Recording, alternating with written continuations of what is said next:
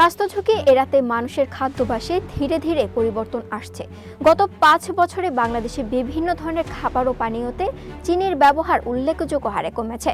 যুক্তরাষ্ট্রের কৃষি বিভাগের এক গবেষণা এমনই তথ্য উঠে এসেছে। গবেষণা অনুযায়ী এই সময়ে দেশে চিনির ব্যবহার প্রায় 33% কমেছে, যা বিশ্বের অনেক দেশের তুলনায় উল্লেখযোগ্য কম।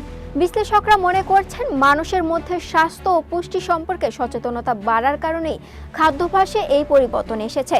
আগে যেখানে প্রতিদিনের চা, শরবত, মিষ্টি জাতীয় খাবার সহ বিভিন্ন খাদ্যপণ্যে অতিরিক্ত চিনি ব্যবহারের প্রবণতা ছিল, বর্তমানে অনেকেই এসব খাবার থেকে অতিরিক্ত চিনি কমিয়ে দিচ্ছেন। রাজধানীর চায়ের দোকান থেকে শুরু করে গ্রামের বিভিন্ন এলাকার মানুষের মধ্যেও এই পরিবর্তন লক্ষ্য করা যাচ্ছে। অনেক ক্রেতাই এখন আগের তুলনায় কম চিনি দিয়ে চা পান করছেন। পাশাপাশি বিভিন্ন খাদ্যপণ্য কেনার সময়ও মানুষ পণ্যের উৎপাদন ও পুষ্টিগুণ সম্পর্কে খেয়াল করছেন।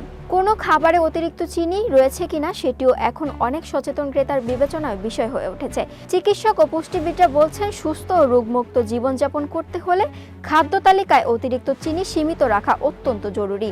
বাঙালির মিষ্টির প্রতি ভালোবাসা দীর্ঘদিনের হলেও এখন স্বাস্থ্য সচেতনতার কারণেই সেই অভ্যাসেও পরিবর্তন দেখা যাচ্ছে। সেজুতি দাস, দৈনিক বাংলাদেশ মিডিয়া, ঢাকা।